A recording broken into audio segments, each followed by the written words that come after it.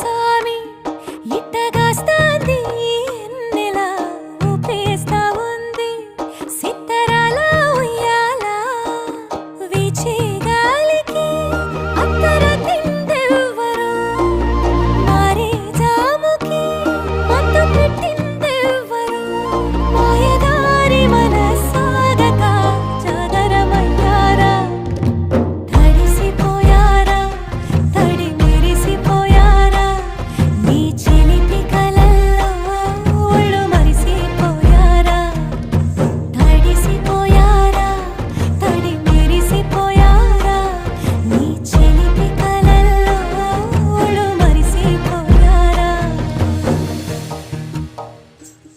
బెండకాయ అండ్ దోసకాయ mixing curry ఎలా చేసుకోవాలో చూస్తున్నాం కదా.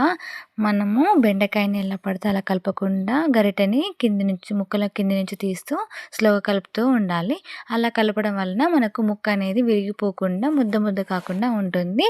ఈ వీడియో మీకు నచ్చినట్టయితే ప్లీజ్ లైక్ అండ్ సబ్స్క్రైబ్ చేసుకోండి. Thank you.